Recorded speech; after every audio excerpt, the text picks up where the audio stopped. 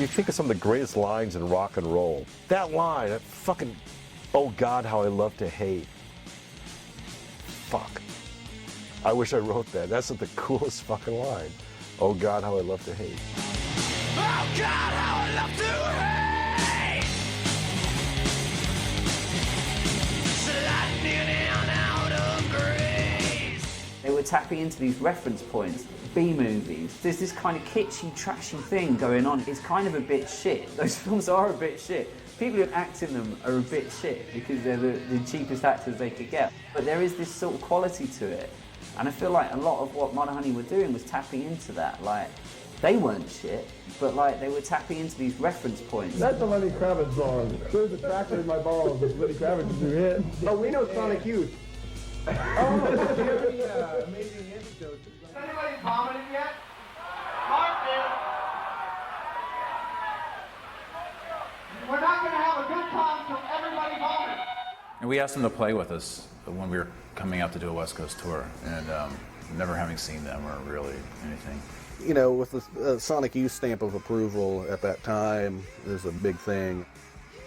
And they were always happy. I mean, they were always just kind of like, you know, eating and drinking and smoking cigarettes and just like rolling up to the sound check and just spilling out of the van and like wrestling on the pavement. Their whole thing was like, let's just have a really good time.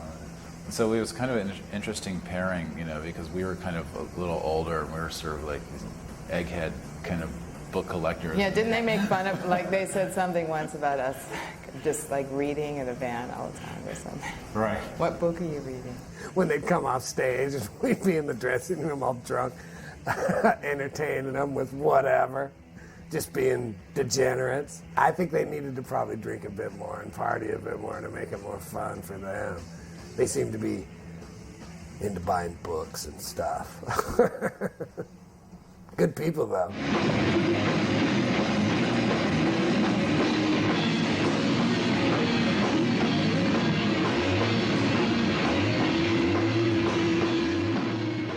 One of the most famous Mudhoney gigs in London was the gig at the School of Oriental and African Studies. Mudhoney were headlining, and they were supported by Soundgarden.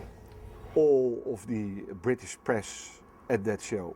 So there were like at least 200 people, press people on the guest list. We played first. We played a great set.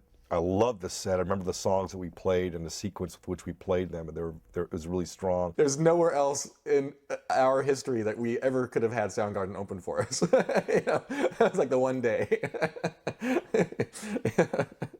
Kind of weird. We get up there, and there's just this weird energy in the air. You could definitely sense there's a lot of anticipation. Sometimes you need a collective of people to be in the same room together to realize how they all feel about it and to be excited about how they all feel about it. Because up until then, you know, people had been hearing the stuff on the radio, people had been buying the records, but until you actually saw the band live, you never really get a sense of how you all feel about it and how exciting and empowering that can be. Mark Arn always had these cynical, wise-ass jokes. He decided to ask, I would like to invite everybody on stage. They did.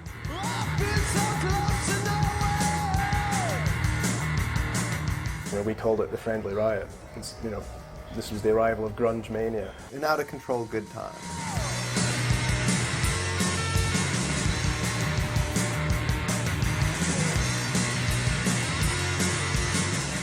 But the next day, all you heard about, you know, in the press was how great Mudhoney was. I was bummed that we were a footnote in the reviews.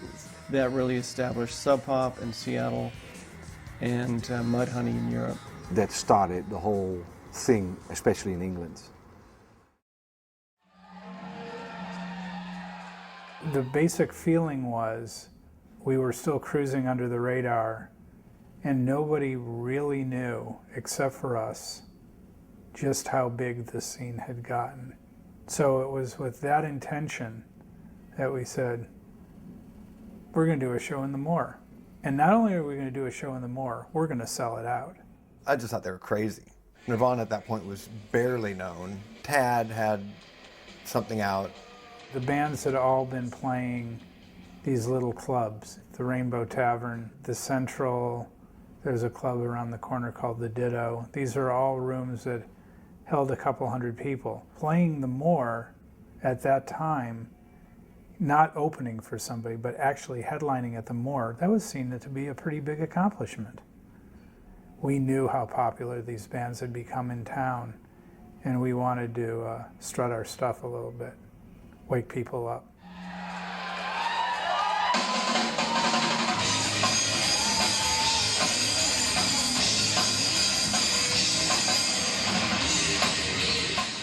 Needless to say, the venue sold out.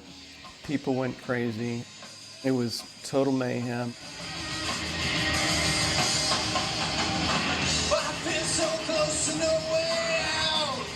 Now it was no longer just people in this core group of musicians and fans that was always the Seattle scene.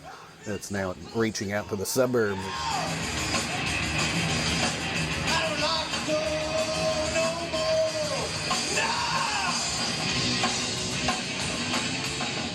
That really got the attention of the main writers for the local papers.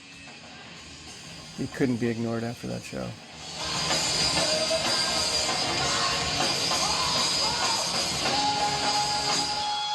After the show, word on the street was that Seattle was just blowing up.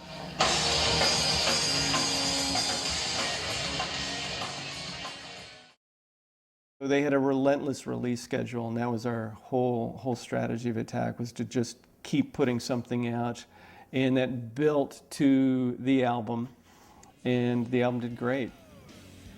The thing that I remember the most, we work radio right before records come out. It came in as a CMJ #1 added record, and that we had a #1 record at CMJ was a huge fucking deal. That was at the height of hair metal. It was at the height of so many things that were considered to be the cultural rule. And yet what they were doing up there was like, fuck it, you know, whatever you're doing out there has nothing to do with what we're doing in here. We ramped up our marketing efforts, did some videos. You know, it was like a grown-up independent rock record marketing spree.